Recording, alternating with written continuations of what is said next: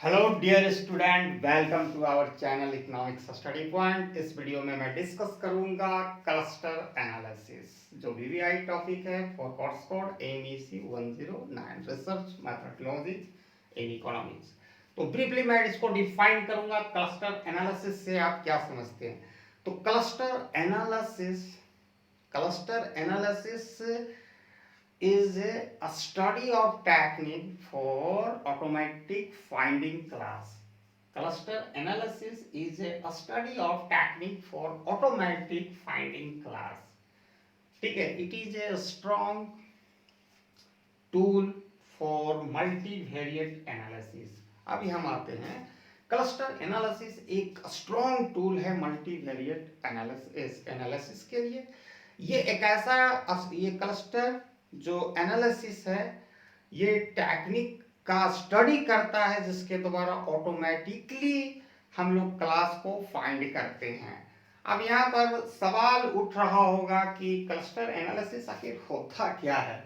ये ग्रुप बनाता है, ऑटोमेटिकली बनाता है। कैसे ऑटोमेटिकली बनाता है? तो यहाँ पर थोड़ा सा इसका कंपैरिजन करना पड़ेगा क्लासिफिकेशन ऑफ डाटा। जो क्लासिफिकेशन ऑफ डाटा में जितना ग्रुप होता है वो नॉन होता है, लेकिन यहाँ पर ऐसा कोई अजम्पशन नहीं माना जाता, ऐसी कोई मान्यता नहीं होती है क्लस्टर एनालिसिस में।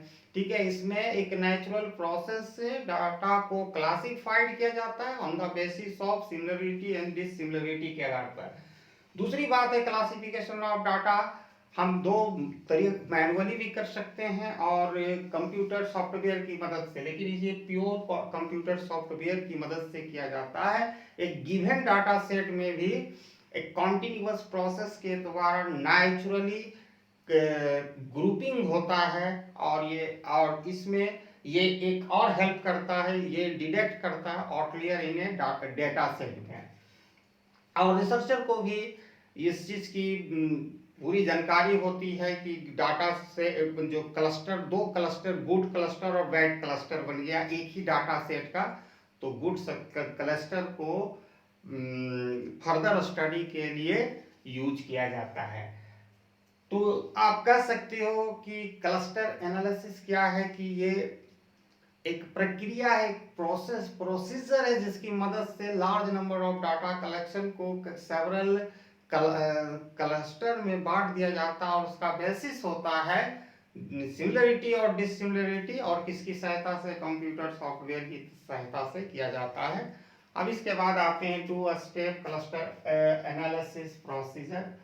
ठीक है, टू स्टेप जो क्लस्टर एनालिसिस जो प्रोसीजर है वो इज एन एक्सप्लोरेटरी मतलब होता है खोज परख। एक्सप्लोरेटरी का मतलब होता है खोज परख, या कह सकते हैं done in the way to find something. एक टूल है जो designed to reveal natural cluster with a data set. ये एक डाटा सेट में नेचुरली क्लस्टर को रिवील करता है, फाइंड करता है। ठीक है, कौन? Two step cluster analysis procedure. ठीक है, एक खोजने का टूल है जिसमें एक डाटा सेट में नेचुरली क्लस्टर को फाइंड करता है, यानी क्लासिफाइड करता है on the basis of similarity और dissimilarity. It has three major feature, इसका तीन मेजर फीचर्स है। इसमें ability to create cluster based on categorical and continuous variable. ये जो इसमें एबिलिटी होता है, ये क्रिएट कर देता है क्लस्टर, यानी ग्रुप में बांट देता है। क्लस्टर मतलब ग्रुप में बांट देता है, किसके आधार पर? Categorical and continuous variable. दो वेरिएबल का काइंड्स है ये, कैटेगोरिकल एंड कॉन्टिन्यूअस वेरिएबल के दो श्रेणी में बांट देता है। Automatic selection of number of cluster, ये ऑटोमेटिक सिलेक्शन करता है। ठीक है, इसके अतिरिक्त ability to analysis large file data efficiently. इसमें एबिलिटी होता है कि बहुत बड़े फाइल को स्टडी कर सकता है, एनालिसिस कर सकता है इफिशिएंटली। और इसमें जो कॉन्टिन्यूअस एंड कैटेगोरिकल वेरिएबल को हैंडल करने के लिए, in order to handle categorical and continuous variable, it use likelihood distance measure. ये likelihood distance measure, ठीक है, यूज करता है दो तरह का डाटा जिसको कहते हैं कैटेगोरिकल एंड कॉन्टिन्यूअस वेरिएबल को, और एज्यूम करता है कि variable in cluster are independent. Cluster में जो ग्रुप में वेरिएबल है वो इंडिपेंडेंट है। इन एडिशन टू दिस, इसके अंडर 2 स्टेप क्लस्टर एनालिसिस में each continuous variable is assumed to have a normal distribution, Gaussian distribution. इसमें प्रत्येक कॉन्टिन्यूअस वेरिएबल को में एज्यूम किया जाता है कि वो फॉलो करता है normal distribution, Gaussian distribution. Normal distribution का ही दूसरा नाम गॉसियन डिस्ट्रीब्यूशन है।